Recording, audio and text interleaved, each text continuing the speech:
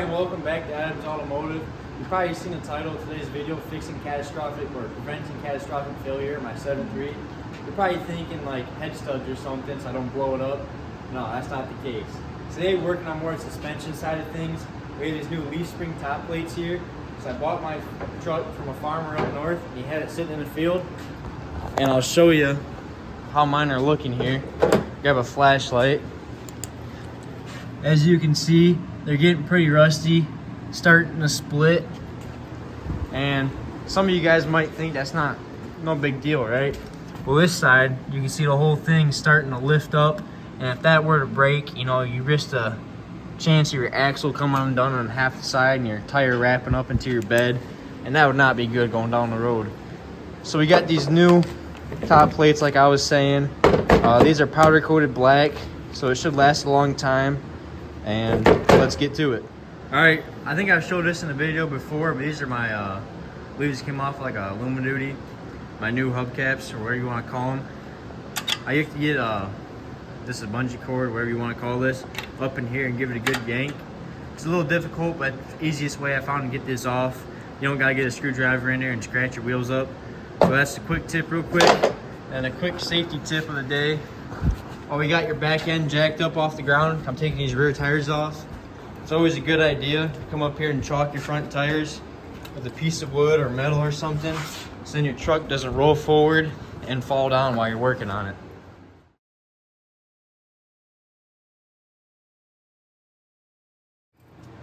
So as you can see right here, this is our U-bolts. We're replacing this top plate right here.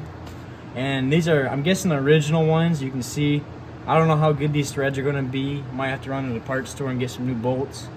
But a good thing is you can see all this, I don't know if you can see if that's the oil or not, but you always spray a penetrating oil on there, like half hour, hour before you do anything. And you come back through and you spray it again. Really helps it get the nut loose. You're not having problems with rust. And then also a good trick is trying to clean some of them threads up, just so you don't mess them bolts up when you try to take them off, because you can save money that way, not having to buy new hardware. All right, so I got a socket on or a wrench on the nuts, and obviously they weren't breaking loose. I got my big torches were out of gas, like the acetylene torches were out of gas, so I can't use those because I know that would take it right off and it wouldn't be that hard. So I had this little like butane torch or something like that. I think that's what it's called. I had a wrench on there. It just wasn't getting hot enough. So now I have to wait for tomorrow until the parts stores are closed for the night. Find some new U-bolts, all 4 of them. I don't really know. I had to check O'Reilly's and AutoZone, Napa, whatever. And then I'm just gonna cut here, and all 4 of them, which is kind of a pain in the butt to get to them back ones, but it ain't too bad. And then I'll have new top plate and new bolts, and everything should be good. So for tonight, I'm done. I have to come back in the morning and finish it up. All right, so this is the next day. I went to O'Reilly's, went to AutoZone, Auto Value, Napa, went to all of them. None of them could find a U-bolt for a F350 or nothing like that. You know, none of them are long enough, whatever. So I went down to Toledo Spring. It's like they work on semi trucks and stuff, and I had these custom bent. These are really nice. U-bolts, they made them for me. Cost me about $106, so not too bad. Set of 4. So I got this passenger side, or driver side, my bad.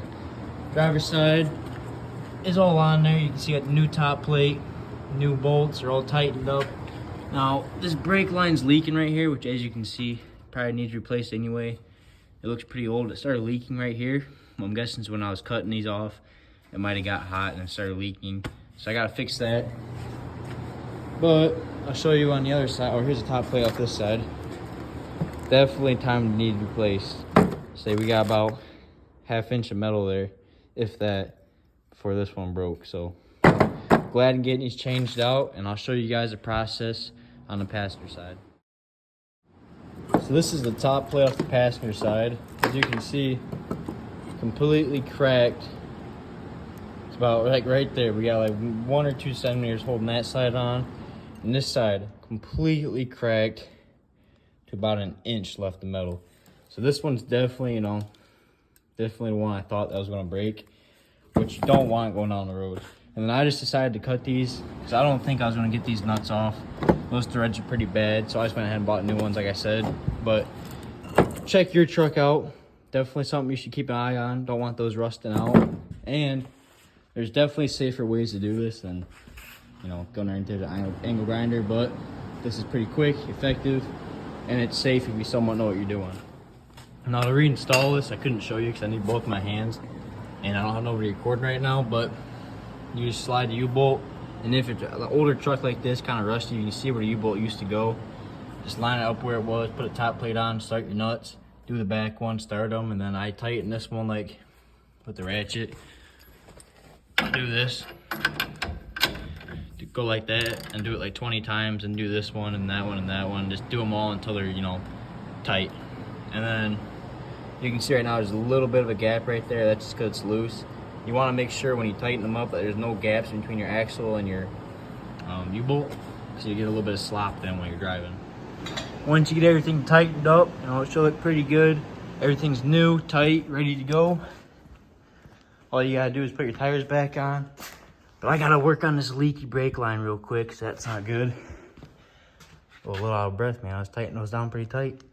So I'll probably time lapse, put my tires on after I fix this brake line, and that'll probably be it.